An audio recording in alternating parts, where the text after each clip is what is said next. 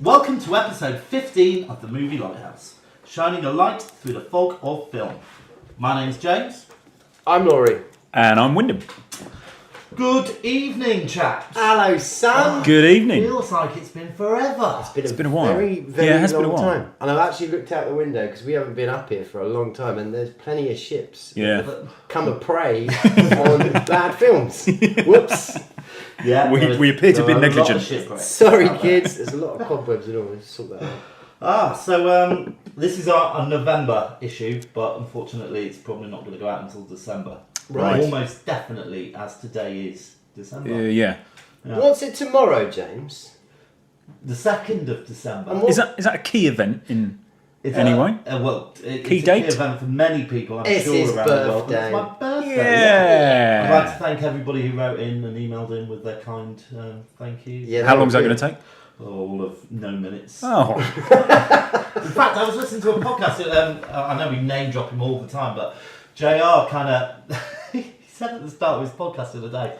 I was listening to this podcast and they keep going on about the fact that they don't get any mail, but nobody writes into podcasts anymore. Hogwash. So I'm not going to mention the mail unless we actually get some, and we haven't got any. Unless you two have got some. No. I think there's a couple of bits came in. It's been such a while though. I can't remember. I think got something. We had a couple of things. We did have a couple of things, but I can't remember them. Well, We've had a few recommendations that have come in. Yeah, well, I'm going to have a quick look because I do think I have got one email. Oh. Okay, yeah. But anyway, like you say, let's not worry too much about the mail. No. Snail mail. Just not bother to do it. Well, no, if somebody's taken the effort. Okay. Do you remember who it was from? Yes, I do. There's only like 3 people who email in. Right. Vicky, who does like just a line, so she doesn't get anything. Right. Jason, who does too much, so Yeah. he doesn't get anything. And then your sister Megan. Right. Yeah. And I know that Megs was on there. Connor is threatening we've had Connor, to send in is again. Yeah. Connor Berg Who definitely. nobody gave us knows. That's just a listener, isn't it? That's just a listener, yeah, from Canada. Right, and right, let's crack on anyway. Right, let's do some news. News.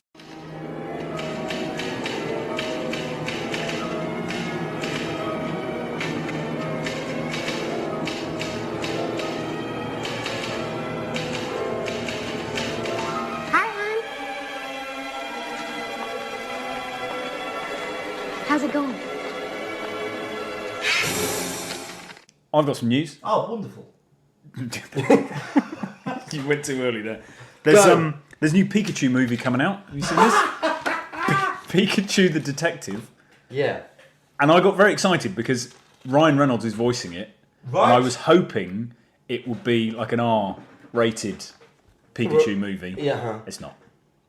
But there's enough. There's you can do. You can be as playful as hell and edgy as you kind of want, and keep it in that space. So I'm sure he probably will. I'm sure it's going to be He'll very. push it as far as he can, I Yeah. assume. See, I don't agree with this sort of thing at all. What They've sort done of it before with the Minions. So, Oh, yeah. part of a very good film. Yeah. The Minions. Take them out, give them their own film. It's not very good.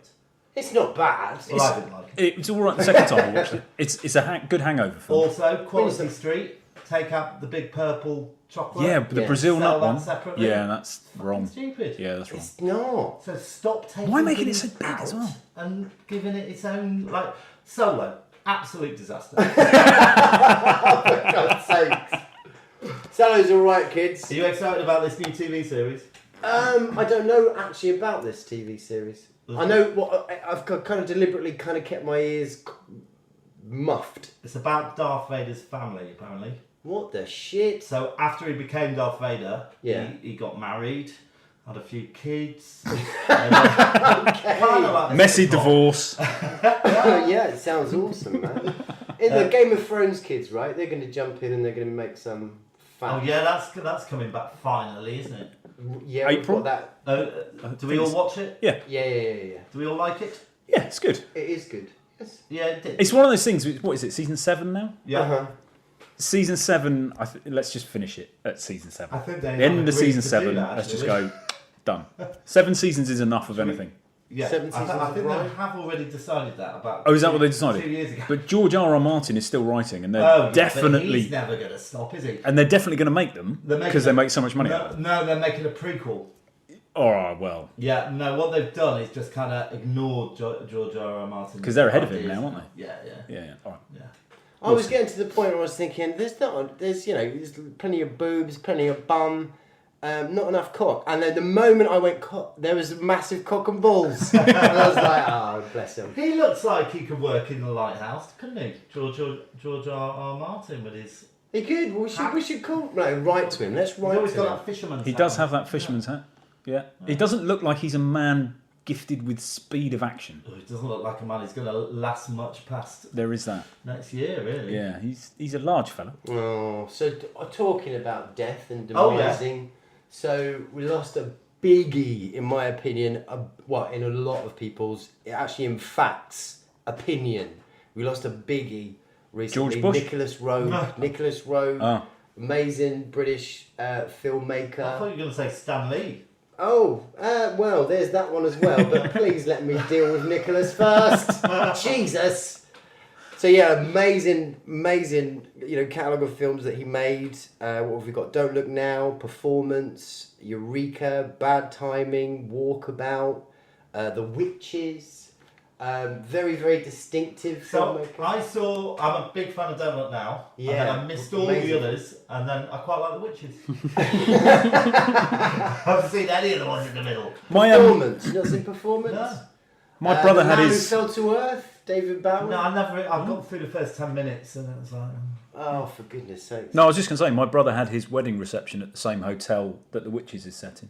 That's cool. Really? It was nifty. That's cool. Yeah. But yeah, no, just it's obviously inevitable because I think he had a pretty good gig. I don't know exactly how old he was, but he was definitely. Well, death is inevitable. Is that your insight of the? Yeah, that was my He's coming insight. to us all. Exactly. Challenging the philosophical How old was questions. he? He's done his bit. I don't know, but So how was this it- is what so I'm you don't know it was saying. inevitable. It could have been really unfortunate.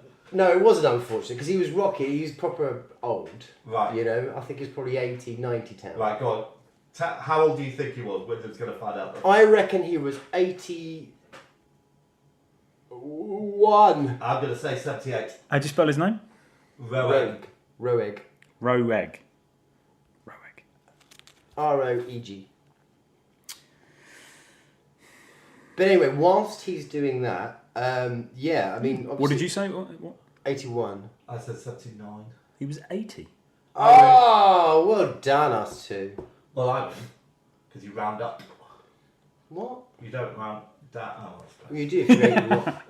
We both win, alright. Yeah. Right. Alright, so sorry, Pikachu. No, that was all the news I had that they made it. So, do you think they're going to make a whole series with all the different Pokemons? I certainly hope so. Jigglypuff? One film per Pokemon. I cannot believe we're just talking about Nicholas Roeg and his demise and his importance of cinema. He is massive, and you're more interested about what fucking Pikachu does when he dresses up like in a trench coat. Well, I really like The Witches, and I really like Don't Look Now. I'll watch some of the others. What would you recommend, Laurie? I am going to recommend it. Actually, I'm probably going to get to it a little bit later. Actually, in my Beamage, I'll tell you. Okay, great. It's all going to link up today, is But it? bad timing. I would say that one at this point. Bad timing with what's his name? Not Simon, but Garfunkel. He's in Oh. it. Is that about the art dealer? Is that where they cast Art Garfunkel? No, he's not an art dealer. He's a musician in it, but it's called Bad Timing. It's a really, really good film. I think I've seen it, or half of it. Do you see Art Garfunkel's naked bum? And he's like I at only work. saw the first 20 minutes. It's a very weird image. A white afroed, thin man and his little bony anus. What I do remember is they're trying to get At to work. a checkpoint. It's weird. They're trying to get to a checkpoint of like customs or something. Is that it? There could be that moment. I don't know. They go to Marrakesh for a bit. Watership Down. There's a film.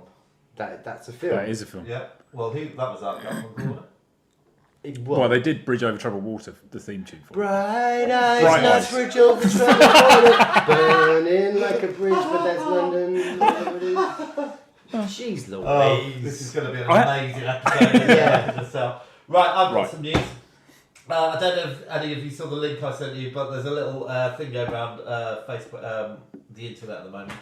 Someone's made Predator the musical. So they've squashed together the Predator film and added music. Have you two not seen this? No. I have not seen it. No. Right, well, I'm going to insert a little clip here. Okay. But it's incredibly funny. If it bleeds, we can kill it. She discovered the key. There is proof we can wound it. So repeat after me. If it bleeds, we can kill it. If it bleeds, we can kill it. Yeah, now take a stand. Here now, take a stand. We can bring down this beast. We can bring down this bastard. If we stick to the plan. If it bleeds, we can kill it. Have you got any news? Well, it's like that thing. I haven't written it down, but there's something about the Candyman. Hey? Do you know about it? No? Oh, I don't know if it's a remake or what they're doing, but something's going to happen again around the Candyman. Well, I hope not, because I really like the original film. Do you think it's massively underrated? Yes. It really is. I think Yeah. everyone The second knows one's about awful, it. But yeah. Everyone sort of talks about it, but we don't go, that's a fucking good film. Well, it's as soon as I get my golden ticket, that baby's on there. You're going to slap it in. Yeah, absolutely. Wow. But Something's going on with that. That's coming back again. okay. I think. Blade Runner, they're saying that there may be an animated series that they might drop on one of these Netflixy, Amazon-y kind of places, and I think it's probably inspired by when Blade Runner 2049 came out. Just before it was released, the director went off to 3 of his best mates and just said, "Look, can you make like a little vinaigrette, a little sort of short what? film, whatever they're called." what they call The with stuff you put on the salad. Vignette. That's it. Stuff you put on the salad. Make us a few. Oh, no, that is a vinaigrettes. Yeah. And there was, the third one was called Blackout 2022, which is actually the premise of our Secret Cinema Blade Runner. Anyway, that was animated, so very traditional sort of Japanese manga kind of style. And I think that got a lot of respect. A lot of people got quite excited about that. So I think that's inspired this thing that they're looking to do, an animated Blade Runner thing. So there's something. Wow. Anyone got anything else? No. Nicholas Roeg died. Stan Lee died. Stan Lee died. Yeah. Holy Who's shit. your favourite Stan Lee character? It's got to be... Oh, Silver Surfer. He Actually, he is did Stan Lee's... such a huge amount of work. You just kind of he was constantly. Ditko did, didn't There's they, a apparently? sorry, commercial, yes, commercial, controversial. If I was to say Spider-Man, I think if I was a purist, I'd say, well, that's really Ditko. Well, no, I disagree because I listened to Stan Lee from Beyond the Grave the other day on another podcast. Yeah. And he was talking about this, and, this whole dispute. And basically, Stan Lee came up with the idea. He and said the character. the word Spider-Man. No, he didn't. He said a lot more than that. And he That told him what he wanted. Yeah. And then the guy drew him. But then kind of came up with those stories, these So really heavy... I want to quite say heavy. Quentin Crisp, but that's not the right... Who did... Quentin Blake. Mm-hmm. Yeah. Did he write all the Roald Dahl books? No. There you go. But he did all the animation. He did all the drawings. All right, okay, actually, I don't know enough. Well, I think Don't let that stop you. We have no podcast if we start sticking to that. but he made a very good point. But also, Stanley said he wrote him a letter as well, apparently saying, "I consider you to be a co-creator of Spider-Man," and then Ditko wrote back saying, "Why did you use the word consider?" So you know, Dude. But there you go. Yeah, he was brilliant. Spider-Man's my favourite. Yours is Silver Surfer. Yeah, I think so, yeah. You got one with? Probably Batman. I wonder. What the fuck? He's a funny guy, this one. I wonder how many cameos are still in the can. Oh, right, yeah, that'd be interesting to see. I hope Yeah. Yeah, there's probably one for the new. Aquaman. The new Oh, no, Avengers. that's Yeah. Yeah. DC. I bet he's in it though. Oh, what, the Avengers one? He won't be an Aquaman, will he? No. No. They're cashing in on Child's Play. You can actually now buy the doll. What? Could you not buy Chucky before? Chucky, But actually, what's it called? What the a possessed one. Yeah, but the brand of the doll. Chucky? Don't know. I don't From- think you're going for your internet now. With No, it's really your Wi-Fi. He's normally padded up. Yeah, He's not tooled up tonight. no. Use that string and that yogurt pot. and shout. Actually, I've got it. Just shout in the my yogurt notes pot. here. Yeah. So bear with me. Okay. What are we talking about? Right. I have actually forgotten already what we're talking about. What are you talking about? Walking Good Dead. guy doll. Good guy. Good So guy. you can buy a good guy doll now. There you go. And there's going to be like 2 streams of Child's Play. So you've got. Do you know about this? No. Right. So you've got the original films, and then they turn into like Bride of Chucky, Cult of Chucky, Son of Chucky, all that kind of Yeah. Babysitter of Chucky. which rights reasons they weren't linked to the name Child's Play, which is why they didn't use the name Child's Play. Right. Now they're doing a remake of Child's Play, and so they're taking all that back, but they're still going to be making the Cult of Chucky. Okay. And is the guy who wrote the first, because he's not involved anymore, is he? With the reinvention type stuff. Is he carrying on with the shit ones?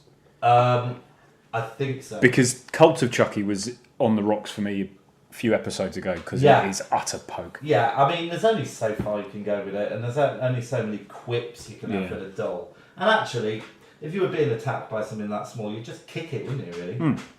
I think. Yeah, I'd kick it. Yeah? Yeah. There we go. Right. Self-defense news there from... A little bit more news. There's going to be a new series of the Tales of the Unexpected. Is there? Can that opening sequence be in any way on par with that original? Do you reckon that is even possible? That's with the arms, isn't it? Yeah, they'll dilute it down. It's just, you've got the skull, the roulette wheel, the gun, Yeah. the beautiful woman, the I suppose my silhouette. question She might is, be a proper... Do we need a new series?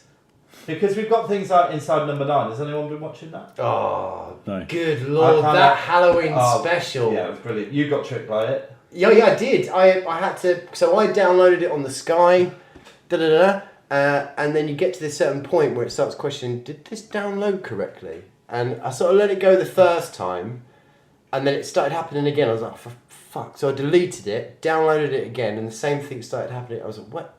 Wait a minute, those cheeky rotters.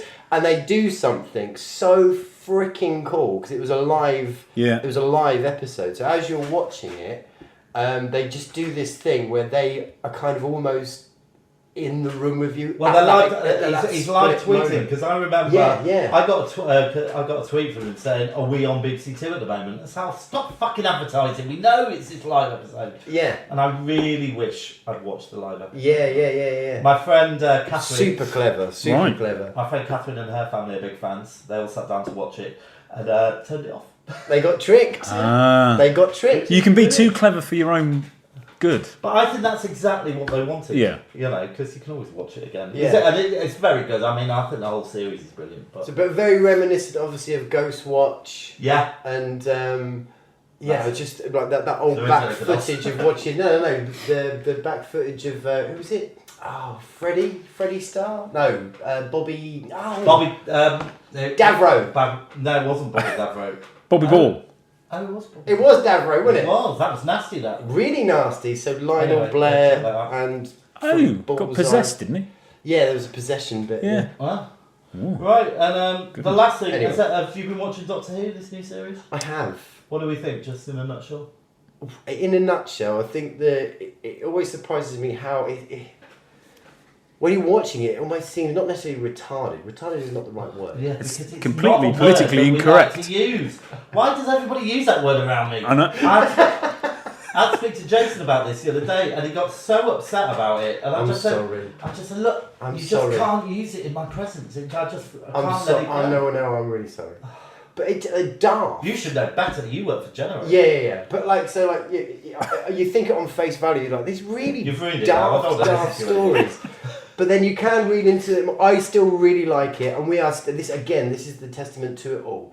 Every single Sunday since this series has come on, we've on a Sunday been all sat as a family in front of the telly watching it. We're all watching it. We're all loving it. I thought the Witches episode was really, really great fun. There were some good horror moments in there as well. When that first, I think that's been my favourite. Lazarus. That's the one I saw. Witch. Yeah. I haven't seen. Those witches are quite scary. It's exactly what I thought. I thought this is aimed at a younger audience, and they're not pulling any punches on. And this is the quite great freaky. thing. So we're sat on that sofa, and this stuff starts happening. That witch turns up. Yeah. Sienna was really quiet. She sort of leant into herself, but she did not take her eyes off the telly. That's like that's exactly what it's all about. Magic. I think a couple of things. If you put a drama on a Sunday, it turns into Downton Abbey or Call the Midwife. Right. It's something about Sunday night drama makes it more sleepy and depressing and heartbeat or something. Yeah, exactly. So I think it's been a beautiful thing then. But also they've really missed the trick with a lot of the storytelling. So there was an episode where they were on a hospital ship. That's right, yeah. And the alien was eating everything. Yeah, ridiculous. For the first half of the episode, the doctor was going around clutching her side. You're like, I'm still in pain. Yeah. And that's just Chekhov smoking gum. They've done it a number of times. In fact, in every episode, you could... Whoa. That's just Chekhov's smoking gun. Yeah, because... You two are cultured. You're both looking at me with pitiful eyes. Because something's happening that is going to have an effect on the story and the plot. Right, yeah. But these things just disappear. So nothing happens to that. It's like suddenly halfway through the episode, she stopped clutching her side. Did she fart? Because that can happen. You think you're dying, and then oh my god, the relief is amazing. And your next book's right there, pow, right. But you're right. It is one of those most frustrating things when it's almost as if the writers had an idea and then kind of gone, I don't know how to finish that. Yeah, and that's what I worry about, because we don't need a complicated story, but we do need some elements that kind of tie up and you think, oh, that was clever. Who's the kid from Critters who came back to town? Billy Brown? It's not Chekhov's smoking gun. Brad Brown. Okay, it's Brer Brown's catapult. Yes, it is. That's what it is. Yeah. Well, I just think it's a bit. It really shows that the writing suffered since. Suffering. However, is that since Moffat has left? Yeah, so Chibnall is, but he's written nearly all of them. Oh, quick! Sorry, are you in a rush? And that was my new dance move. Do you like it? My other brother sold Mr. Moffat a house. Did he really? Wow. Yeah. I always have to think twice when you say your other brother. Okay. I might have to edit that bit out as well. Right. He doesn't listen to this, don't worry. Okay, there we go. So that's the news. So let's move on. Let's go to In the Beam. Okay.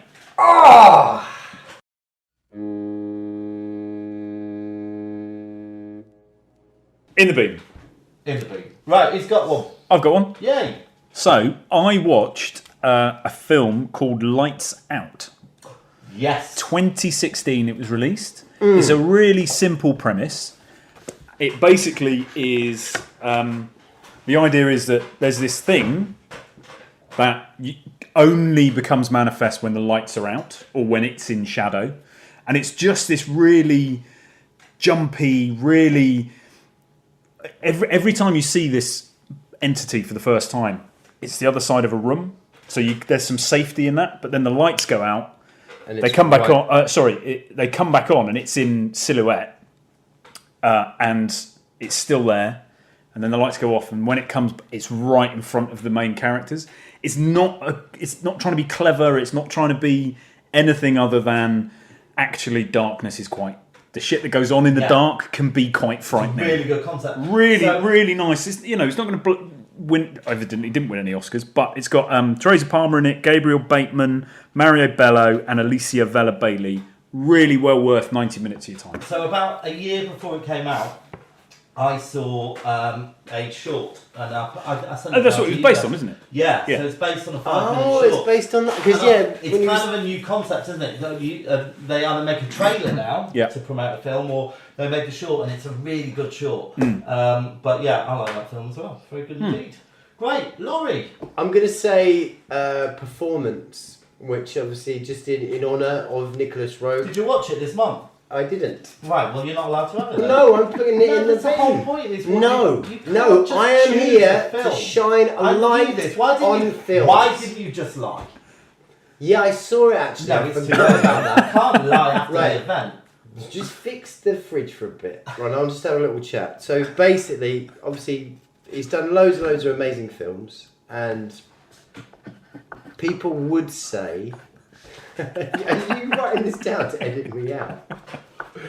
We're shining a light on the fog of film, all right? Have you seen Performance? I have not. Have you seen Performance? No, that's why it's not in the beam. I am in the beaming, a film that you've never seen called Performance, all right? Starring James Fox and Mick Jagger, okay? Okay. It's an amazing film by Nicholas Roeg. It's my personal favourite.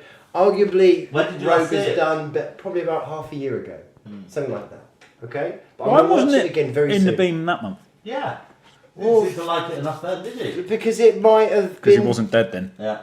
Yeah, maybe. Anyway, it's just a really, really good film. The premise of it is you've got James Fox, who's playing like a sort of a London gangster. So you've got this great sort of London gangstery kind of stuff going on, you know, late 70s. He makes an unordered killing, so he has to go into sort of hiding in this sort of very bohemian house in London that's owned by Mick Jagger. And basically their lives start melting into each other. They literally actually physically become each other in a weird kind of tripped out kind of way. An amazing, amazing film. James Fox did a similar kind of idea with a film called The Servant that he did with Dirk Bogart, where they kind of sort of swap, kind of morph into each other again. But I think it was soon after this film, I think James went a little bit nuts in the head and all that kind of stuff. But anyway, really, really, really, really, really great film. Performance. That's me. Great. All right, so mine is a film I have seen in the last month. Yeah. And it's Bohemian Rhapsody, which we did a little review for with Deborah and Chicken Cassandra. Has anyone else seen it? No. Laurie? I have seen it. You have seen it, I know you've seen it. What do you think? I thought it was really good fun. I mean, I remember when a long time ago, 3, 4, 5 years ago, something like that, they were saying they were going to do this, and we had Sacha Baron. Sacha Baron Cohen. Yeah, it was kind of penned to go in, and I'd then like to see. it got a good few years down the line, and then he pulled out, and then everyone started getting worried that, you know, Brian May and Roger Taylor were going to jump in, and they were going to kind of sort of make it a little bit more twee, you know, the King's Speech, you know, kind of, you know, Downton Abbey, you know, kind of a bit too respectful, as it were. However, turns out they made exactly the right decision, because it turns out Freddie Mercury, well, anyway, I think it's really, really, really good film. I think and it it's really- talks about it's stuff that kind of really needs to... I didn't know very much about him really, but so I thought the story was brilliant. It was very nice. It was a very feel-good movie. But I do have an issue with, because they moved around a bit of timeline. So when he was told he was HIV positive, that happened after Live Aid, apparently. Yes. So I don't know if you can really do that. Can you? Yeah, well, What was the purpose of it? Well, Dramatically. they used it for his reason to go back to the band and reform the band. And then he said, please, can we do Live Aid? It's going to be really important. I think what you're saying there actually is a very, very good point. Can you do that? Can you give that moment so much reverence, which is already, like in rock history, Queen doing Live Aid is already pretty well respected, but now even they're adding to the legend. But you know, Fred's just found out he's gonna. But this is what people will now in their consciousness know, and it's kind of happening more and more with these kind of documentary film, you know, dramatisations. Let's be honest. Legends, King Arthur, legends, Beowulf, legends. I'm just halfway through the sentence. More, right? You can, like, you know, they get morphed and turned and changed over time. Yeah, but you so shouldn't change the fact, should you? Just to make a better film. to say it's Pearl Harbor, there you go.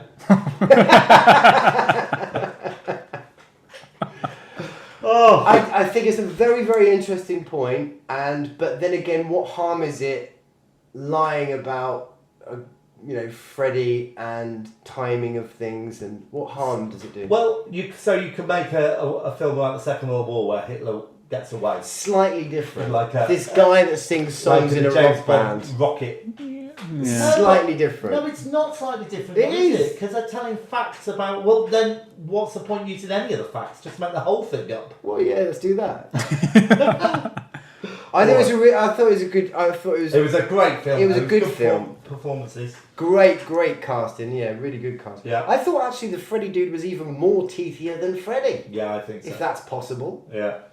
Right. So Can I? Have Nothing you got to a do. film you haven't seen? No, it's a film I have seen, and I appreciate you're quite keen on. There's one in this, but I think it Well, I deserves. don't want Laurie to do this thing. Okay, again. but it deserves an honourable mention. So it's recently come out, Widows. Oh yes. Went to see this with my wife. So it's Viola Davis, Michelle Rodriguez is in it, Elizabeth Debicki is in it. You've got who's the big Irish guy? Liam Neeson. You've got who's the little Irish guy? Colin Farrell. You've got Robert Duvall. You've got some fairly well-established male actors who are absolute bit parts in this film. And it got me thinking that it's a film based on a novel called Widows by Linda LaPlante. Yes. And it is basically about a group of women who each are independently married or associated with a series, gangster. Wasn't it, originally? Maybe, yeah. A gangster, the job goes wrong, and these women then have to kind of step into their partner's shoes. And the reason I thought it was so good is because it really just highlighted for me that with films like the Ghostbusters remake and Ocean's 8, Yeah. those are well-established films written for men, rewritten for women. Which is Yeah. This is a film Yeah, written yeah. for women, Yeah. and it is brilliant. And the performances in it are great. Apart from, and it's quite disturbing. Liam Neeson kissing is a bit. He's a bit like full on trying to eat Viola Davis's face, but really good film. That's technique, though. Brilliant. Yeah, but he's like got to be nearly 60 now, isn't it? He's Yeah. been kissing like that He's- for 50 years. Apparently he's got Somebody really got should- something on him. He's got Well, something on he him. must have, because he's not getting it because of his kissing technique. All right, well, we'll check Anyway, that out as so well. it's definitely worth a watch. Really good. I And do- there should be more. I do actually want to say, so since we're together here now in the Lighthouse, we haven't face to face, mano a mano, talked about Mandy, but I suppose we won't. But maybe at some point we can. Did we not talk about it in the last one? There was a review, wasn't there? We did a review, but we were separated. You know, Which I did is it via by a far the telescope. best way to do it. Yeah, okay. All right, on the rocks. Love on the rocks. Ain't no surprise. I don't have one. I don't have any. Oh, I don't have one. There Look at you that. go. What We're can I learning. say? Because we haven't been here for so long. There's fucking loads of shit all over him anyway. Yeah, so. I must have watched something that wasn't very good, but I can't remember. All right, great. Well, that was on the rocks. Hey! Let's get on to the main feature. Universal horror. Yeah. Hey!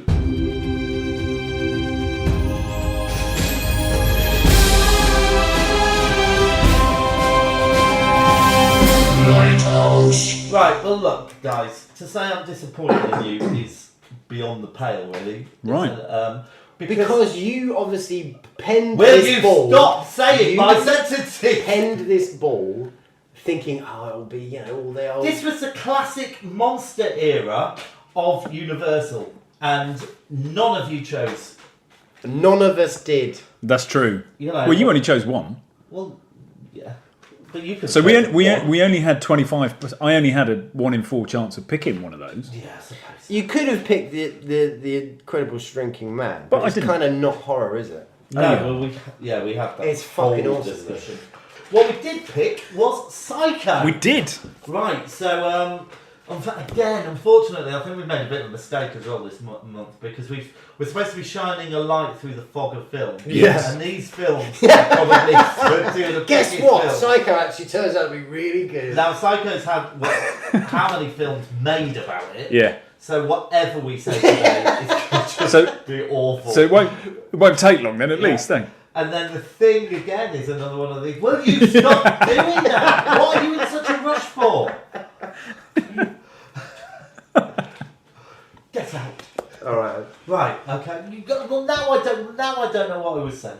Right. So You were saying they were known, very popular. Yeah, It's there's not like. really nothing that we can add to the table. And actually, if you look at our top 10, these little random films are just never going to break into the top 10. Not the two we're talking about Yeah, today. which is annoying me actually, But- because I need to up my game from now on in. You do, really. And you guys, I know you get annoyed by the films that I choose, but I'm going to continue.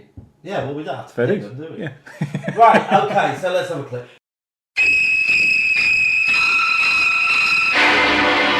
Here we have a quiet little motel, when in fact it has now become known as the scene of the crime. Do you have a vacancy? Oh, we have 12 vacancies. You know, this is the first place that looks like it's hiding from the world. I think that we're all in our private traps, clamped in them. Okay, so it was released in 1960. The director was Alfred Hitchcock. Screenplay by Joseph Stefano. The novel was Robert Bloch. In the box office, it made 32 million worldwide, which is a lot more in today's money. Yeah. It didn't win any awards. Did it not? No. But it has had a number of sequels, spin-offs and prequels. It had Psycho 2, Psycho 3, Psycho 4, Right. Bates Motel. That was a series, Netflix thing, wasn't it? Yeah. and 7952, which was a documentary all about the shower scene. Now, I am agog that you didn't say the music. Who did the music? Well, it's not on my list. Bernard Herrmann. Bernard Herrmann did the music. All of it, or just that famous bit? When it says music, it says Bernard Bernard Herrmann. So I can only presume Well, we'll he talk does a bit more about him the in a minute, I lion's imagine. share.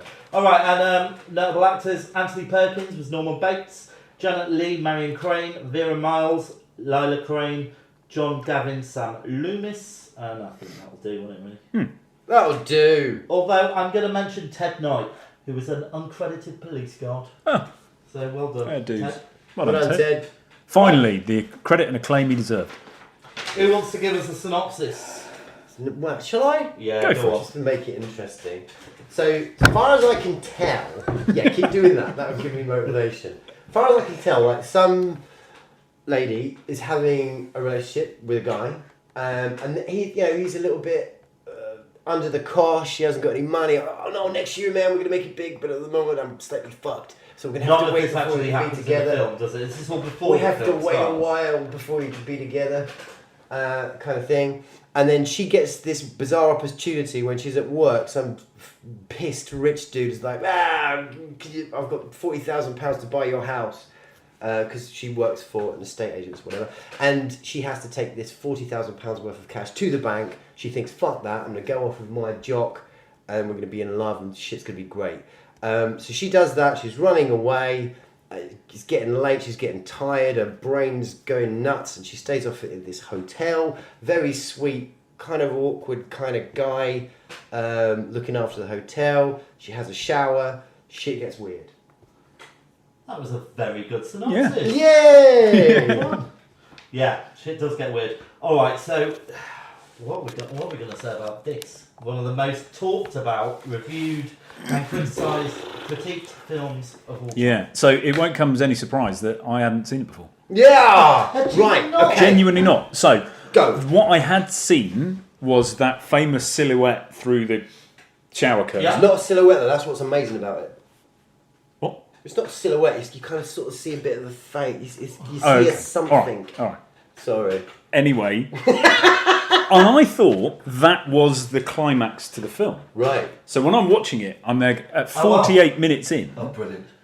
There's still an hour to go. I'm there going, what? I'm from there on in. I know the twist at the end. Yeah, but we are going to talk about the spoilers here. So, Yeah. Right, okay. So I was aware that this is the spoiler bit. I was aware that Norman Bates is pretending to be his mum periodically. She's already dead. She's kind of mummified and in the house, and he's kind of got this split personality that Yes. is conflicted and fighting. And she's a bit of a she was a very domineering mother, and he fucked him up. Yeah, So I was aware there's a of line, that. isn't there, that he comes in and catches her in bed with this guy, and it's Yeah, over the edge, and he kills them both. Yeah, Poison. yeah. Is that how he does it? Yeah. But he, but yeah. So then that kind of from 48 minutes for the final hour of the film, it was like, I don't know what's going to happen. It was good. Enjoyed it. I did enjoy it. Yeah, I genuinely did. It was very good fun. I remember vividly watching it for the first time, and again, it was in my bedroom when I was a teenager. I think it was on Channel 4 or something, and I'd recorded it, or I stayed up to watch it, and I thought it was amazing. I had already seen Psycho 2 and Psycho 3 though. So, Psycho 2 is a great film. I don't know, you should check that one out. It's in my wish list. Yeah. So if anyone fancies anyone's listening, fancies it, I love Psycho 2. I'd really like to see it. When did you first see it? I can't remember the specific time, but it was at home. Like, I think it might have been actually on the big telly in the front room, so it could have been in colour, but unfortunately the film was in black and white. So TV's not working, Mum. Didn't make any difference. But I distinctly remember the first time I remember seeing the end. It was kind of that last final shot where he looks at the camera and you see kind of the skull or whatever it is sort of superimposed onto his face. I really remember seeing that for the first time. That you're thinking of The Exorcist? No. I'm thinking of Psycho. It's like the last half of Remember a the fly? second. Yeah. The last half of a second of Psycho. There's a skull or a face that superimposes onto Anthony Perkins' face. Did he do the voice of the mother? Great question. I don't know. Oh. I would like to think so. I would like to think so. There's something about this film where you're kind of watching it. You've got that feel of older films. What year was it made again? Sorry. It was released in 1960. 1960. Okay, so it's kind of that more sort of bigger budget, traditional kind of acting style. When Well, you it was watch a bigger it at the budget. beginning- It was a Hitchcock film, so Of course, But yeah. horror films were really kind of looked down upon. So Yeah, but I mean, when you start watching the film, the beginning of it, this is what I'm saying. Like that kind of acting feel is very. It feels like you recognise. well, the first half of is a its heist time. film, isn't it? Yeah. And then it moves into a horror. But there's a certain quality to the acting. That's what I say. But then when Anthony Perkins turns up, Yeah. I think there's something different. I think he's really bringing something different to the table. Brilliant. You know, that whole sort of, I know there was that school in America, in New York or whatever it was, Marilyn Monroe, James Dean, all that. He's kind of got that, there's something else going on. I think he's really cool. So for him to say if he did voice the mother, I wouldn't be surprised and I would love it. I would love to hear it if he did. Because you're not saying that Marilyn Monroe and James Dean and all the famous people went to the same high school? No. There's brilliant I can't TV remember what it's. series. It would be cool. But no. There was that kind of acting. What's his name? School of Not acting. Stanislavski. What's his fucking name? Anyway. No, he didn't. Oh, he didn't. No. Oh, well, there we go. Virginia Gregg Right, voiced Norma Bates. Yeah, it does sound very feminine, Yeah. doesn't it? Do you know the thing that stood out for me? Yeah. Right at the beginning, the real scaffolding-like architecture of women's bras back then. Oh my god, it's incredible, isn't it? Oh my god, Yeah, that's some heavy-duty stuff going on. that's it. It's like the Cadillac, isn't it? Yeah. The Cadillac Yeah. bra. Yeah. I mean, well, she's a very sympathetic character. She's not. Do we think she's a villain, Marion? No, what, the one who nicks the money? Yeah. No. As soon as she nicks it, she's worrying about it. She is worried about it. She's saucy. She's a bit sassy. She's got her edginess. It was like, no, screw it. And then she's like, oh, actually, no. And then I think it's soon after she gets to the Bates Motel, she does say to Norman, doesn't she say, look, I'm going to go back. Yeah, I'm going back. Yeah, she Yeah. has I've already got to redeemed admit it. herself, so she doesn't really deserve to die. Yeah. Um, Bless her. do you think she acts a little bit guilty with the policeman? Yeah. When she's buying a car. Buying the car, Yeah. when he wakes her up. When he all that wakes kind her of- up, yeah. And his glasses are far too small for his head. Oh, I thought the glasses were great. Don't buy them. I wish my glasses were a bit smaller. Right. Okay. Anyone got any connections to the film? Oh, I've got one that we've done before. Silence of the Lambs. Anyone know the connection between this and Silence of the Lambs? There's a killer. Both serial killers were inspired by Ed Gein. Ed Gein. Oh, Gein. It is Gein, isn't it? Ed Gein. Don't know. The guy who made the lampshades out of the skin. The real. Oh wow. Yeah. So Hannibal Lecter was inspired by him, as was Norman Bates. Is that right? Yeah. Yep. I didn't know. Huh. Oh, so okay. So let's have a look at the script and the plot. Is it a good story? Yeah. I like it. It's freaking great. It's amazing. Bless Two Hitchcock. films just whacked into one. Yeah. Isn't it? Yeah. It's freaking You great. can't imagine what it would Like be you like s- to see it for the first time. Like you say, at the time horror was kind of sort of poo-pooed, it's kind of pushed over there kind of thing. And Hitchcock, just being kind of that brave to kind of go to this place and make an out and out, I'm going to scare your arse off kind of thing. It's just freaking awesome. I love it. I love it. Did you spot him, by the way? Did you spot our boy in it? Who? Alfred. He's always in his films. You can always spot Oh Alfred. yeah, where was he? No, didn't No, you? you didn't get him. So he's outside Mr. Lowry's office. So where she works, the estate agents, whatever, he's just outside the window there, Is that right? standing there looking. And again, she acted really, at the crossing when the guy walks Yeah. across. When she's supposed to be sick.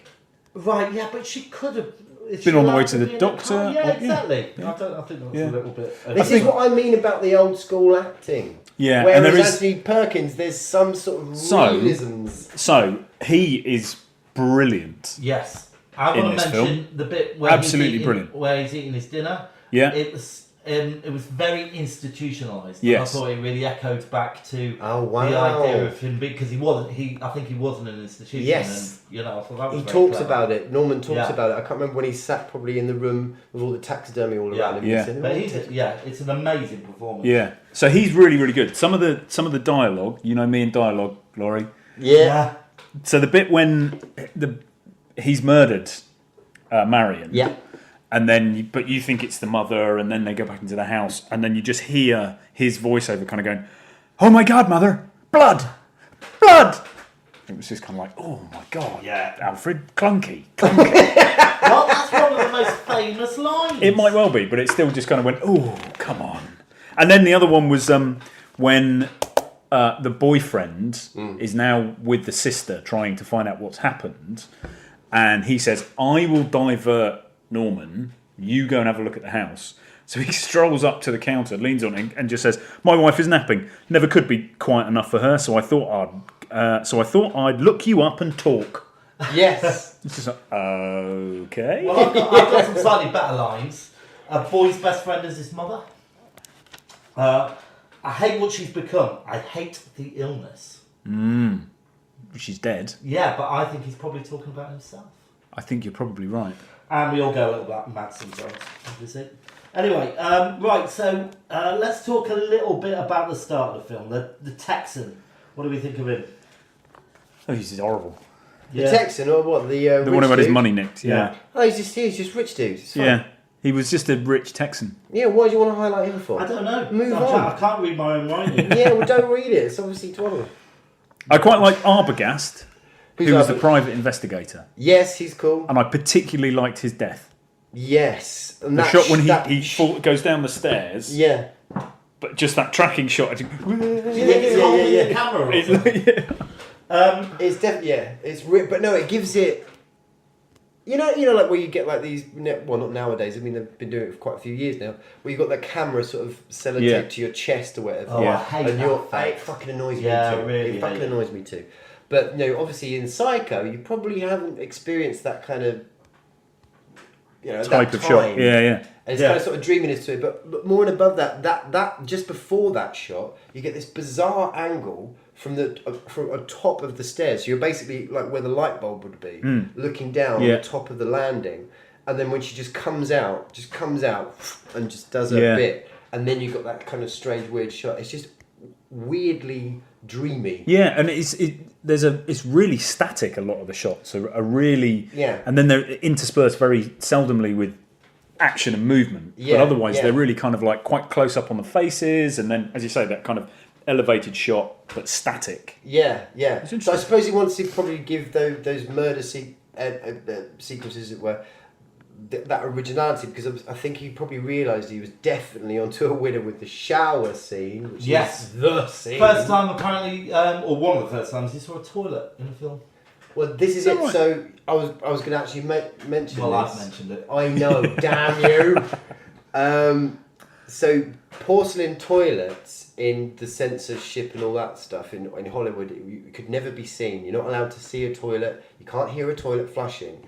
And obviously Hitchcock, Yeah, no, but I've Hitchcock, already said this point. he wants to shock, he wants to make a shocking film about murders, this, that, and the other. But the thing that actually really gave the censors the proper sweats is like, oh shit, what do we do with this scene? Where she's writing the money thing, she rips it up, chucks it into a toilet. So the first problem is, shit, we can see a toilet on screen. Is that right? And then she flushes it. Oh my They're God. like, oh my God, what are we going to do? And obviously Hitchcock's like, fucking stop being stupid. And there's one Put it piece she on misses, isn't there? Yes, they find it. But the shower scene itself, so like I say, he knew he was on, well, I think he's probably been inspired by, are you familiar with that film with Salvador Dali, where you got a razor blade, the eyeball. He hasn't even seen Psycho. And a razor. It was made by the Surrealists. It was made by No, I haven't seen that film. They did all of that. Okay, it's quite a famous kind of art film, done way back by the Surrealists and all that. You got Dali, someone sort of opens an eyeball, and then you see a razor come up to the eyeball, and then it cuts away to the moon, and a shadow going across the moon. So obviously you see no blood or whatever, but it caused uproar. And it's just that suggestibility. You see nothing. Yeah. And that's exactly what Hitchcock's done here, going, right, I'll have that. And you see the knife come over, it just goes to the chest, but cuts away, and then you just see blood coming to the drain. Talking of blood, do you know what they use for the blood? Beetroot, mashed beetroot. No. I think it was chocolate milk, wasn't it? Chocolate milk? I think so. You should just say it like it's the facts. Yeah, it was chocolate milk. Awesome! Wow. Yeah. All right, let's talk a little bit about the music. Oh. So who did it? Bernard Herrmann. All right, okay. Have we got a bit of Beethoven in there as well? Oh, I know that's I'll do the wrong man. So come on, you tell us. I was doing Vertigo then, I think. No, you did it right. Motel. Yeah, okay. That's the right one. God's sake, I'm not going to have any of this one. Right, come on. What? Music. What can we say that's not already been said?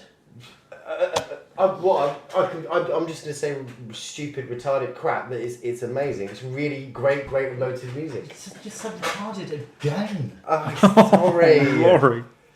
Touched. All right. Well, it is obviously iconic music, and it's again one of these films, just like Silence of the Lambs, which is just permeated every part of society, hasn't it? Yeah. The shower scene is just, I wonder, it's probably the most copied scene. I'm saying all these things like I know them, but I'm sure it is one of the most imitated scenes in movies. Well, in the same way that we were talking about with Silence of the Lambs, that it's been parodied so often as well. Yeah. Exactly the same with that scene, yeah. Absolutely. What a thing it must have been, though. I mean, look, you've seen it for the first time just a minute ago, but like you say, it will already be with you, where it's going, this kind of stuff. But what a thing it would have been to, it's just come out, it's just a fresh thing, and just going to see that film. It would have just been awesome. In a world where you weren't allowed to show a toilet. Yeah. It's That's so bonkers. amazing. And it's just got this, you're in the hands of a real dude. And it did scare me the first time I saw it. I do remember being, that the way the speed of the way he moves when he's playing the mother is quite disturbing. It's great, isn't it great? I mean, like that shot of the light bulb when he just walks out the doorway and just goes straight with purpose over to her. Very similar to a scene in Exorcist 3. In Exorcist 3 where that white thing comes out of the... No, I thought that was Exorcist 2, the heretic. No, Exorcist 3 where she's in a hospital and there's a nurse walks out of the hospital room and then this white thing comes out. All right, I'll take your word for it, but I thought it was Exorcist 2 because I always said that's the only good bit in the whole film. I bet my balls on it. Okay, we'll find out for next episode. Yeah. Okay. Are you aware of the psycho policy that I'm Hitchcock... not betting my balls. No, quite right. That's way too big. Go on. Anyway, are you aware of the psycho policy that Hitchcock emplaced, as it were? He basically told them not to spoil the ending, not to tell anybody. He said keep the secret. He went to great efforts to say, look, please keep the secret. He did go to great efforts. He said there's a bit at the start of the film. Don't talk about Psycho. But no, in all the interviews and all that. But every single showing of Psycho, you had to, and it was the big policy on the posters outside, this, that and the other, all the staff were trained in what they're supposed to do. Once the film starts, no one is allowed admittance. No one is allowed to go in late. Yeah. But that I think that was just So they marketing had big, ploy, really. absolutely marketing and all that, but they stuck to it. Yeah, because no one is allowed like 40 minutes into the film without ruining it. Yeah. You know. But he employed that. Obviously, it's his showmanship. But it was and all brilliant. that. And it was brilliant. Yeah. There we go. Well, I hope you've all learned a great deal from our insights. I did quite like the bed. There was a bed dent, a body dent in the bed, like Homer Simpson. Yes. Yeah. It was like, Jesus, she's not that heavy. Yeah. Cheap beds back in those Yeah, days, must have isn't been. it? Okay. And just one other thing, that we don't live in America, and we obviously get sent all the negative press, but I'm fairly sure if you just wander into people's houses in America uninvited, you get shot. And in this country, if you could do, farmer's yeah. house. Well, yeah. You know, Oh, that's Steve, what's his name, is doing that, isn't he? Yeah. From League of Gentlemen. Yes. Anyway, sorry. All right. So, what's everybody's memorable scene? For me, it's literally that last half second. There you go. Have that. It's a nice. I think the actual revelation that the mother is a mummy. Yeah. I think it's nice. Yeah. The fact they've got a fruit cellar, a cellar specifically for fruit. Yes. Well, it's a motel. There's And something la-di-da. when And he I says should- about mum being a mummy, when she turns, there's this little shake that she does. That is bored into my eyes, into my brain. That little shake. She goes like that. Yeah. The light goes on it, and then for no reason at all, it does this little shake, and that is that's a biggie for me. Have either of you seen Bates Motel, the series? No. I really recommend checking it out. It's the first series. It takes a while to get going, but there's 5 series and it's brilliant. Right. It's really and Vera Farmiga. That's not her name, but it's definitely Vera. It's amazing as Mrs. Bates. Right. She just gets that charm and craziness perfectly right, and you know the weird relationship with Norm and all that kind of stuff. I quite like the exposition at the end. Yes, where you come towards the end and you just kind of go, we're going to have to wrap this up. Yeah. And it's normally that level of exposition annoys us. Yeah. No. But actually in this, it's just like, it. I think gorgeous. You need. I think the audience needed a bit of a rest, after everything that happened. Yeah. And then what? Because they kind of did that in the 80s as well, but then they'd have like the villain coming back right at the end. Yeah. My favourite bit, I think, was Marion driving along and hearing all the stuff going on. The conversations happening. Face was, very well answered. It is great, isn't it? Yeah. Right, well, since we did memorable lines at the start, that's it. I think we should just score it. Great. Let's score it. All right, performances. Laurie. I think I'm going to say 8. Wyndham. 7. 9. Effects. Wyndham. I've gone quite harsh. 5. 9. I think it is. It's because it's that breakthrough. Great 9. Sorry. Plot. 9. 8. 8. Rewatch factor. 7. 6. 7. Direction. 10. 8. Fucking hell. 8. Cinematography. 7. 8. 10. Sound stroke music. 9. 8. 7. Originality. 10. 8. 9. Enjoyability. 10. 8. 7. And life-changing past or present. 8. 0. Oh, I'm did it gonna not change your life? Not really. No. Did it? What would it? Maybe that's not a very good category. What would change your life? Robocop. Fucking hell. 7. All right, sorry.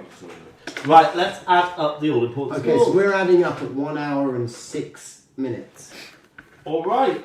Okay, I have got 88. Crumbs. I've got 66. Have you got 77? Go on. Wait. Oh, fucking hell. I'm just imagining he's on countdown now. Do do do do do do.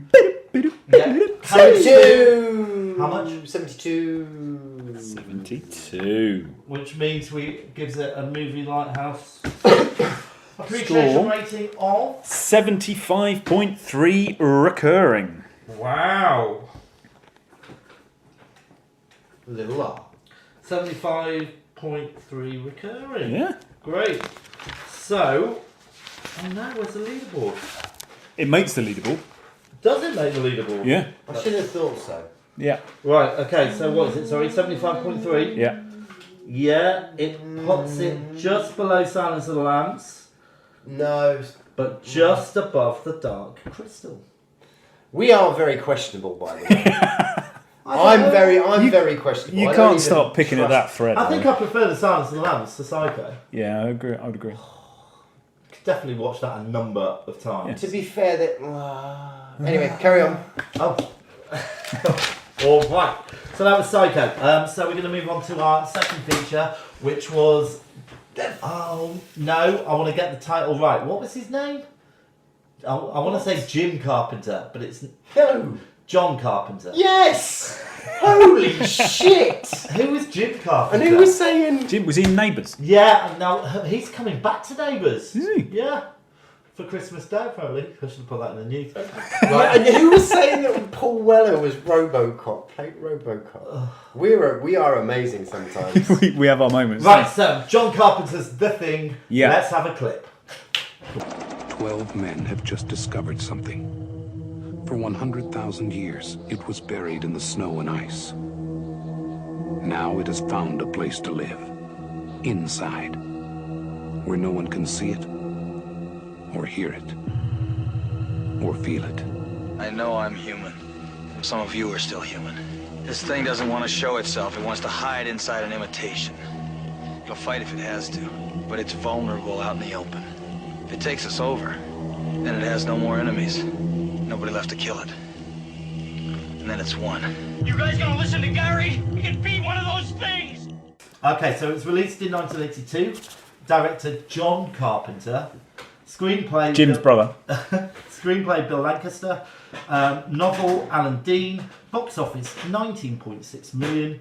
Didn't win any awards either. 19.6 million. Well, I don't think... I might stop doing the box office thing because I don't think it's right. No, it is correct. It did tank at the box office. Yeah, no, it was just well. in relation to Psycho, which did 30 odd million. Right, okay. 22 Do years before. do we know why it didn't do very well? Nobody really likes a winter film. Could be that. Also something to do with a film called E.T. coming out. And of the same year, though, films as good as The Thing also suffering, in the shadow of E.T. had Blade Runner, for God's sakes. You had, in the same year, you had First Blood, Tron, Poltergeist, Firefox. Poltergeist was out in 82? Yeah, apparently, yeah. Wow. In the same You year sure? as E.T. Yeah. It wasn't 82. It was. I think E.T. was at one point, and then Poltergeist came at the other point. Damn it. And you also had Halloween 3, Season of the Witch. Overseen, underrated masterpiece. Okay, so this was a sequel, and it's given the idea we're going to have... It's not. I'm sorry, a remake, rather. No, it's not. Hold on a minute. It is a remake, but No, it's it's completely different. It is, because it's a remake of The Thing from Another World. Have you seen No, it? it's Have you a seen remake of Who Goes There, which is a novella, which is a book. Have you seen... It's not a remake, Have it's you a- seen The Thing from Another World? I have. Right, what happens in it? Where's it set? It's set in exactly the same place as this film. And what happens? Yeah, the same kind of shit. Yeah, something comes out of the ice and starts killing people. Yeah, but it doesn't transmorph into the... Yeah, it's Same not an thing. exact remake. Yeah, so I think basically it's Who Goes There is the original book, and it's based on that. It's not based on the film. It's not a remake of the film. I didn't say it was based on the film. I said it was a remake Of the film. It's not a remake. Well, of it the is a film. remake. It's not. It is. Wyndham? I think we're talking about heavy influences here. And I need some of them. Where are they? We run out. And there's also the Thing prequel, which I put on the rocks not You did. so long ago. But Yes, I you watched did. the rest of it and I quite liked it. Oh. So I might go and rescue it. I should watch it. Yeah. Notable actors. So we have got. It's actually an ensemble cast. Yeah, it is. Yeah. Fucking awesome cast. Shall we just mention Kurt Russell. Yeah. Can I just say, I think I'm a little bit in love with Kurt Russell. He's great, isn't he? And if I had two gay dads, Yeah. Kurt Russell and Jeff Bridges. Oh, yeah. I would go Roy Schneider. Nice. And... Oh, maybe the guy from Dempsey and Makepeace. Nah, it'd be Harrison Ford. Oh, yeah. Power couple. I know. Oh. I'd have the guy from Ghostbusters. Which one? Bill Murray. Yeah. Right. Oh, that's a good call. shout. Yeah. And I'd have... Oh, no. I'll just have him. Yeah, that'll do. That'll do. Don't Right. need two gay dads with Bill Murray. I think Bill Murray lactates, doesn't he? As in Yeah. dress like taste? milk from his teat. Lax? Oh, lactate. Oh, lactate. Does he? I thought you said lax taste. Oh no, that And I've seen no, seen no, it I around misread town. It. No, I misread it. I must have misread it. Oh. I think he lacks taste. You're right, James. Yeah, I'm okay. Right. Synopsis. Go on, Laurie. I'm quite enjoying your synopses. Right, these dudes are they're off in a place. They're in a science station, right? Correct me if I'm wrong. In Antarctica. In Antarctica, they're remote. It's the winter now, so the planes aren't coming in anymore. They're stuck there. I'm doing it. Oh, right, okay. Well, no, it's very hard not to join in. Anyway, they're stuck there. They're stuck there. They're stuck there. And then these tossers flying around in a helicopter over yonder, they're shooting at a dog. What? And this dog's like, shit, man, get off. And they're like, whoa, what's going on down there? And then Right, you're telling the whole film now. Yeah. You've ruined it. well, basically, yeah, shit goes down. The guys in the helicopter really fuck up big time in like some sort of comedy. Right, an alien crashes into the Antarctic, freezes, they dig it up, it unfreezes, and it takes on the forms of the other people. Oh, yeah. There's that as well. Yeah. What do we think of this film? Very good. It's another classic. It is a classic. Yeah. Have you seen it before? I have seen, but I didn't remember it. I have seen it before. Again, that's really There were big good. chunks of it. I was thinking, oh, I don't remember this bit. Fucking hell, it's good. Did you watch it in the daytime or night? I watched it in the evening. Good. Do you know what I had a nice surprise about? Well, two things. One, the titles are almost exactly the same as the original film. I thought the opening titles were very good, and I like the way the thing comes Yeah. up. That's a really cool effect. really I nice. know how they did that. I'd It's really cool. completely forgotten about the spaceship at the start. Yeah, I'd forgotten about that. And I had that experience. So when like DVDs, 2000, you're in the year 2000, something around there, you can start to get enough money. The DVD is a new format, and I was like, oh, I'm going to treat myself to films that I loved when I was a kid, and I'd treat myself to the thing. And that was one of the first things I was like, oh shit, oh yeah, fuck. And you got that whole spaceship coming down at the beginning. Yeah. Really cool. I forgot that as well. And I forgot to mention it in the synopsis. So when did we first see it? Again, I saw it in my teenage years, I think. It wouldn't have been that long ago for me. I mean, a number of years, but no more than. Okay. But you don't remember. I don't remember now. It would have been probably the first time it was ever aired on telly. It would have been upstairs in my bedroom on my black and white baby. And yeah. Yeah, Wow. you were probably watching the original. You just got confused. Shut up. Are there any connections to any of our other films that we've reviewed? So, do you have any? No. Okay, so it's just a coincidence, or is it? Ooh. This film and Psycho are both 1 hour 49 minutes long. Oh my God, Alan. How did you come across that? I was watching them. Well, so I was flicking through Now TV, and they were on the same thing, and they both went, hold on. Yeah, nothing clever on my part. I didn't sit there going, hold on a minute. I think I've been sat here for an hour and 48 minutes. Yeah. Yeah, both one hour, 49 minutes Great collection. I was thinking then time was really precious to you. I can get my finger out whenever you need. Give me a pod and I'll do my little finger dance. Right, okay. So, what about the script and the plot? It's good. Brilliant. It's fucking great. There's a naturalism to the whole look of it, the feel of it, so that bleeds into the actors. I think they're actually pretty much on location, well, in that kind of environment for a lot of it, so you kind of get that sort of claustrophobic feeling based on the siege, from the actors themselves as well. The film with that's really heightened. Huh? The film with Under Siege. What about? Oh no, sorry, I said. Sorry, based on I was being a dick. Okay, yeah. So they're very clearly defined, a bit like the cast of Alien. Very clearly defined characters, aren't they? Yeah. You know, and they're all.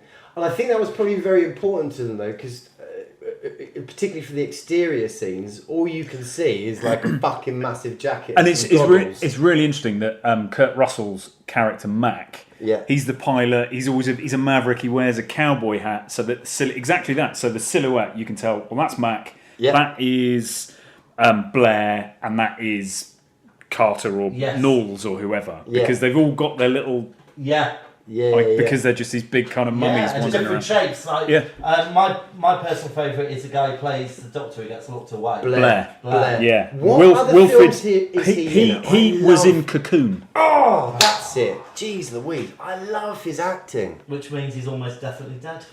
Oh yeah. Or living forever. The inevitable. However you want to believe that film.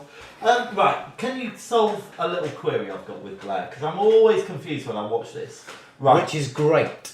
Oh. That's why you can keep watching this fucker. Okay, right. So he goes a bit loopy because he, when they all find out, there's a thing and one says can't trust anybody. He goes a bit loopy. Yeah. Starts shooting, blah blah, gets locked in. Smashes up the radio room. So he gets locked up in the shed. Yeah. Mm-hmm. Right. He's still human then, isn't he? In my opinion, yes. Because why would he have done that otherwise? Unless he's been really clever. Yeah. Yeah, and how long is he in there to tunnel underneath and build a spaceship? So the other thing would be, is he doing that? Is he the alien, but doing that because he knows he's going to get locked away, so he can be secretly digging a hole with his flailing tentacles? Yeah, how does he do that? Yeah, but then why does he say, I want to come out now? Because he wants to eat them all. No, I'm serious now. I really want to come out now. No, I know I said it earlier, but I mean it now. And I suppose it's quite easy to dig that tunnel if you turn into the washing machine over At the bit where he says, I really want to come out now, seriously. Because of the noose. I think at that point he maybe the alien at that point. And he's just finished his little spaceship. Well, I think he might be at the beginnings. And but how does he get turned when he's in there? Make a spaceship out of the helicopter. Yeah. That's what I want to know. Super good. It was never going to work, was it? It was underground for a start. It was like the spaceship in Puppet Masters. Just a Yeah. It is a little bit like that. Anyway, we can probably get a bit ahead of ourselves. We'll bring us back, James. I will do. So, they go to see this Russian base, don't they? Norwegian. Yes. Sorry. After, let's not forget. So the dogs come into the camp. Yes. And sort of subdued, doing his thing, and he's I think he has about a good day or a good evening at least. Time is hard to track in this film, I felt. Yes. And again, I think deliberately so though. Yeah. Well, yeah. I'm not saying you can't really hold on to it too much. But yeah, like definitely an evening. The dog's been allowed to sort of meander and do his thing. I think they actually say they do say it's been for a whole day. Yeah. Right. Yeah. But then the dog goes into the kennel, very subdued, just sits there. But they've great dog acting. They've been to the Norwegian camp prior to that. Oh, have they? Because they brought the weird body thing back. Oh. They already know about that, and then to your point about dog acting. As I was watching this, I thought, well, this just goes to show the dog in Cujo and the dog in this smashing it. Yeah. Are there any other notable dog performances? Not in the films that we've reviewed yet. Yeah, okay. We don't want to get too bogged down. That could be a category then. That could be. Yeah. Brilliant. All right, so brilliant dog acting, and then So we've gone to the Norwegian camp. Yes. Right. So it drip feeds us the story. I think it, it gives us just enough to know what's going on. But I was never bored throughout this film. No. Even though I've seen it about 7 times. It is one of those films that you do sit there. I sat there shouting at the telly almost in that whole kind of. Okay, so you know something is wrong. You have deduced what it is, that this thing can take the form of something else. Mm-hmm. At that point, surely the first thing you do is nobody goes anywhere on their own. Yes, absolutely. Ever. Yeah. There are enough of us, and they're always going to go, I'd be fine. Just go over there. Yeah. It's like, what are you doing? It's ridiculous. It reminds me very much of the Agatha Christie film. Yeah. And then there were none. Yeah. Which was called 10 Little something. Yeah, I think it was 10 Little Indians as a novel. I think it was worse than that, the novel. Yeah. That was a watered down version. Yeah. That proper who done it, who is it? Disappearing off on their own, and then they've only got themselves to blame. Yeah. Really. And a couple of things that make me think that exactly what you just said, they've got themselves to blame, is when they set fire to it, they don't let it burn anywhere near long enough. Yeah. And I appreciate they immediately jump in with literally it's on fire. We've just set it on fire. That's why it's on fire. They jump in with the fire and they mention that every cell in that body is alive. Exactly. So you want to make sure it's absolutely crisp. Completely agree. Right, so let's talk about... Sorry. Your comment about the crazy Norwegians. Yeah. So those funny Norwegian idiots. Those crazy Norwegians trying to shoot the dog at the beginning. Yeah. And you kind of go, oh man, you're not a very good shot. And then when he lands, he comes out, he's got those goggles with just like a tiny slit in them. Behind but he's got those tiny slits. So take the goggles off. Yes. And then you'll be able to see the dog and shoot the dog. Good point. Just saying. Sorry. And I thought the Norwegian could have tried a little bit harder to get... Mind you... Oh, shit! It got a little bit harder to get himself understood by the guys. But he was crazy by that point, wasn't he? Yeah, exactly. Everyone had killed themselves or been killed. Pretty and he burnt his camp out. down. But that, again, actually, to be honest, that's another bit that I did forget, actually. Again, ages ago, because I've seen this a lot ever since I've had it on DVD. Mm-hmm. But when I got it on DVD, the whole visit to the Norwegian camp, I was like, oh, fuck, yes. Yeah. I think there is a cut where that scene's longer, where you get more goriness and you see a little bit more of the story, what happened in that camp. You're thinking of the prequel film? Oh, I haven't seen the prequel. Which is about an hour and a half long. I think I might want to watch that. Yeah. All right, let's talk about the effects, because it's a massive part of this film. 1982. Yeah. Mm-hmm. Do they use stop motion? They don't, do they? Yes, they do at the end. Yes, they're right for that very final image. I can't remember the name of the guy, but he spent a lot of time getting Harry Houseman. It wasn't Harry Houseman or Housen, however you want to look at it. But no, it wasn't him. But it could have been someone from his school. But yeah, he put loads of time, weeks and weeks, maybe even months, into getting a proper miniature and did this whole great sequence. But then Carpenter watched it and he said, well, my eye knows it's fibbing. I know it's stop animation, so no. But you do get still a bit of it. You probably get about 15 seconds worth of it. I think there's a tentacle and all that stuff you see. So most of it's puppetry, is it? Yeah. Right. Yeah. It's really good. It's brilliant. It is amazing. Perfectly together. Right from the absolutely from the first bit where they bring that weird Norwegian disgraceful thing where it's kind of got somebody's head's been split in half and it's really, really good. Yeah. Apparently they use gallons and gallons of KY cream. Right, okay. Yeah. But with the whole, when the awesome bit when Vance Norris's head. Yes. But that scene, it's like one thing after another thing after another thing after another. It's like fucking hell. Is that the bit where that starts with the blood? It starts off. And that's a brilliant scene. I love That's it. amazing. But again, just going back to your point, that scene. Once they come up with that idea, why don't they just do it all the time? He's dragging it out as well, isn't he?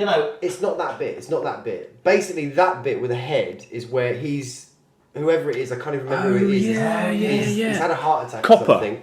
Yeah, he's trying to save him. And the body opens. And then the chest opens, his arms go in, it bites his arms off, so immediately you go, fuck. Yeah. And then he's coming back and screaming. And then, while everyone's running around having a commotion, the head starts ripping grows off. legs. Yeah. And then apparently, they used everything they could: chewing gum, all sorts of crazy shit. Anyway, and they were like burning plastic and it popping. Oh, fucking hell! All right, but they were really making it on spot. They gave a shit, loads of passion. But then the head comes off, and you're thinking, what the fuck? And then the motherfucker, legs come out of his head. Yeah. Fucking 2 things come out the top for its eyes, and then it scuttles off. It's like, this film is and it awesome. looks good. It could have looked stupid. Yeah. When it says The Thing, it really this film really literally is a fucking thing. Yeah. You know what I And mean? this is where it moves very differently away from the original, because of the thing in the original was just a monster that was moving around, wasn't it? I don't think it was doing any impersonations or anything. Yeah. But this film's no, got I'm nothing. just on it. Right, music. There's not very much in it. There's not, but it's very, very powerful. Fucking awesome. So I always thought it was John Carpenter that did the music. He didn't do it in this one though, did it? No. Did he? I did notice because he's a bit like Dennis Waterman. Sings the theme tune. Yeah, he likes to write the theme tune. He likes to play the theme tune. He's done some major crackers, but it sounds just like it would have. It is him. But it is a particularly amazing score, probably because it's not him. Ennio Morricone. Yeah. Who is like a fucking god. What else has he done? He did loads of Sergio Leone films, so The Good, the Bad and the Ugly. Right, one of the best soundtracks. Did he come up with it? Yeah. Wow. Once Upon a Time in the West. Do you think he was drifting a bit in this film? All he did is... He's trading on his reputation in this one, isn't he? I just wish you could see Laurie's eyes. That's very good. Alright, let's move on. We need to wrap this up, Alex. Yeah. Okay. Locations, perfect. Yep. It is that remoteness. You are completely alone. You have to just sit within this really confined space. Paranoia is bound to kick in. Loads of guys, you're walking around in your pants. There's only 2 women that appear in this film. One on the videotape that they play. Yeah. They're watching it again and again. And a voice of a woman. I think it might be an emergency alarm or something. There's a woman's voice in it. Yeah. Oh, wow. Memorable scenes. What's your memorable scene? Memorable scene. So the memorable scene for me is I think it's the dogs. So when the dog starts changing and its back splits open and then the green tentacles. Yeah. That was like shit. And then when it goes up to the ceiling, so now it's gone fucking nuts. And then this weird thing comes out and then it opens up like this flower. Yeah. Almost like the Demigorgon in... is that right? Demigorgon's the right name for the thing indeed. Stranger Things. Yeah. Stranger Things. What? What about it? The Thing. Stranger Things. Oh my god, there's another link. It's another link. Laurie, Demigorgon's what's a your letdown. memorable scene? Stranger Things is a bit of a letdown. Oh, so good. It's tricky. I kind of like it when Matt gets angry with his chess computer game and he opens up this panel and just chucks his... But that really happen? The thing for me is that just struck me as incredibly short-termist. It is very incredibly short-termist, isn't it? I like it. Mine is the blood test scene. It is brilliant. Always the fact, because I can never remember who's the thing. No. It's not the thing. Yeah. Now I'm at that point where I must have seen it so many times, but I still obviously must deliberately kind of forget. But it's still got that element of who, what. I do really, really love the scene. It's part of that scene where Palmer is the alien. I think he's the second pilot, isn't he? He's like the toking one, and he grabs Windows. And he's just holding him up, and it's clearly an actor holding a dummy. Oh yeah, massive dummy, yes. Just swinging the legs around. That is brilliant. But then I love the bit where, right at the end, where he just gets his fingers and just merges. Yeah, that's Blair. Face. Because you can imagine all the tentacles are going in, and all that kind of stuff. Brilliant. Anyone got any memorable lines? I have. Someone get me out of this fucking chair. Oh, for God's sake! I don't want to spend the rest of the winter. No, I know you gentlemen have been through a lot, but when you find the time, I'd rather not spend the rest of this winter tied to this fucking couch. Yeah. My favourite line is probably the classic, isn't it? Where the thing's scuttling off, and then he turns around, the Toki dude. You gotta be fucking kidding me. That bit. That's great. Right, let's score it then. I know, I just want to pop in actually no. Yeah, go Do I on. want to put little snippets in it? Kurt Russell nearly died on this because he was asked to chuck a stick of dynamite, and he did. Was it a real stick of dynamite? It was a real stick You're of kidding. dynamite. It blew him proper back. The effects, obviously, they're incredible. So when I say the amount of passion, blood, sweat and tears that have been put into it, Rob Bottin, one of the main special effects dudes, he put so much into it. He actually had to be hospitalised. He had not one, but double pneumonia. It did look cold. Was bleeding internally. Stan Winston had to come in and sort of support, and Stan Winston's kind of a... Who the fuck's Stan Winston? He's like SFX a big guy, isn't he? Yeah, special effects dude. Does everybody know who he is? He did Alien. Sorry, I've stitched you up there. It's because I've... Sorry. No, he's worked on a lot of big stuff. Aliens. I bet he's worked with fucking Ray hell. Harryhausen. Well, Jurassic Park, I think he did. Oh, okay. Kind of. But Rob Bottin, he did RoboCop, Total Recall, Seven. Right, all that come stuff. on, let's Good score choice. it because we're in that time. Yeah. All right, performances. Laurie. 8. 7. 9. Effects. Wyndham. 9. 10. 9. Plot. 10. 9. 7. Rewatch factor. Laurie. 9. 8. Oh, no. Go 8. 8. Yeah, it is 8. 10. Direction. Wyndham. 8. 7. 8. Cinematography. 8. 7. 7. Originality. Sound of music. Laurie. 8. 7. 4. What the shit? Oh, don't be a moron. Don't call me a moron. Yeah, there was a little bit in it, but it wasn't very much. Stop being so ridiculous. Originality. Wyndham.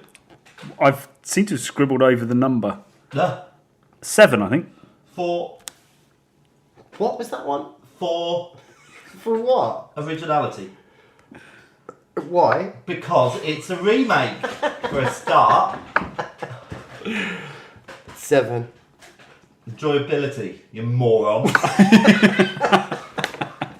8. 8. Yeah, 8. Life-changing past or present. 6. This one's a bit of a biggie, so I'd say, well, fuck it, 9. Right, let's add up those all-important scores. Okay, Wyndham. 69. Laurie.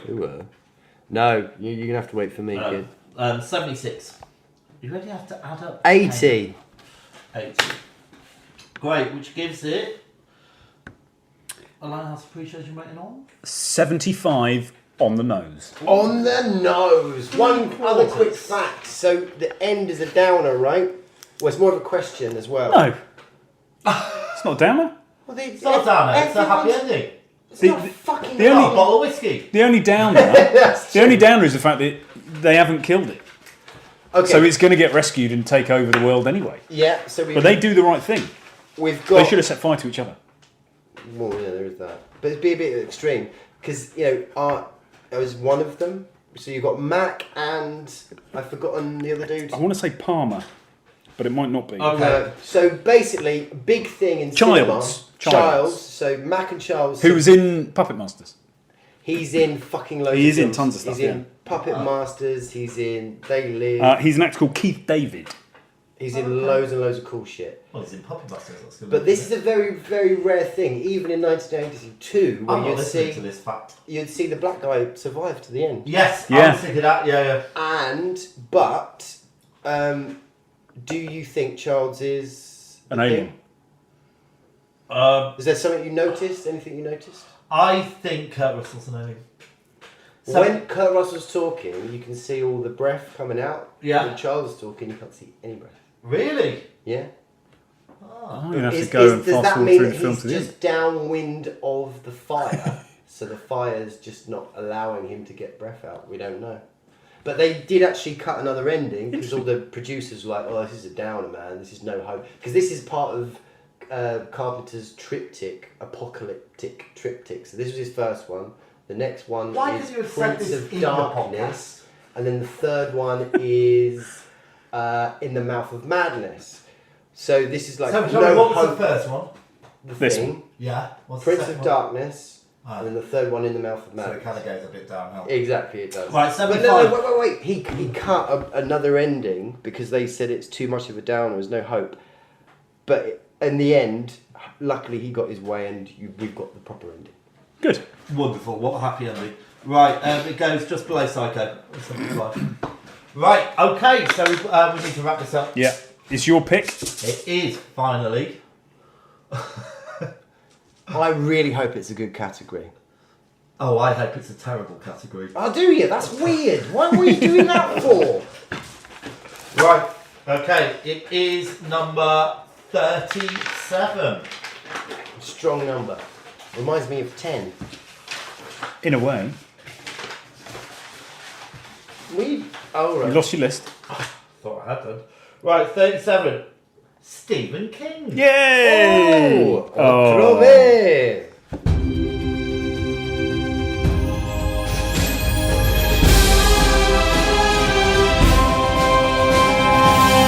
Lighthouse. Alright, so we've chosen Stephen King. So can I have your suggestions, please, guys? You may. One from you, please, Laurie. First one. Oh, shit. Fuck it. So, The Dead Zone. Ah. Dead Zone. Right, great. Christopher Walken. Yeah. Christopher Walken talking. And I'm going to go for The Shining. Oh. Heavy. Nice. And your second choice, Laurie? Ooh, Cat's Eyes. Okay. That was actually, I did have Firestarter Is that a and portmanteau? It. Right there. I had Firestarter and It, but no, I've tried to get Cat's Eyes in before, and you wouldn't allow it because you're a twit. And Do I'm you doing really think that. I'm going to choose that film now? Have you ever seen it? Yeah. But you've just called me a twit. Why would I choose your film? Twit's a nice one. Right, Wyndham. And I am going to... I'm going to go for a Bachman book. Oh, yeah. I am going to go for Running Man. Ah, great. Alright, so the film I'm going to choose is going to be The Running Man. Yeah! Cool. Alright. Don't you choose two? No, we don't choose two, because I've got a little surprise for you guys. Ooh! I did not expect you to pick Running Man out of those four. Well, the reason I Interesting. didn't pick The Shining is I think we've done some big films recently. Yeah. It's about time we did something that maybe other people haven't heard so much, so when we talk about it, we sound a bit more intelligent. Right, guys, I've got something I'd like to play for you, because as you know, our next episode is our Christmas special. Yeah. So we've got a little message here. Shall we hear what it says? Go for it. Ding dong merrily on high, in heaven the bells are ringing. Hello! It's Deborah here and Chicken for Sandra, or Chicken for Sandra, or just Sandra. And we are giving you a lovely Christmas message. Merry Christmas! Your film to review will be Edward Scissorhands! Yay! Bye! See ya! What the shit? Alright, so next month's going to be a little bit different. Deborah and Chicken for Sandra are going to be joining us in the Lighthouse. Oh my god! For a little bit of Christmas cheer. Yeah. They came and reviewed one of their films earlier in the year. And they have chosen our second film for us, which is a kind of Christmas film. Under what rules? Yeah. Under what my sense rules. of jeopardy Could you just say, were they what placed a nice in? Christmas surprise that is? Oh, what I'd- nice! No. It's a lovely lovely surprise, but I can't help feeling we've...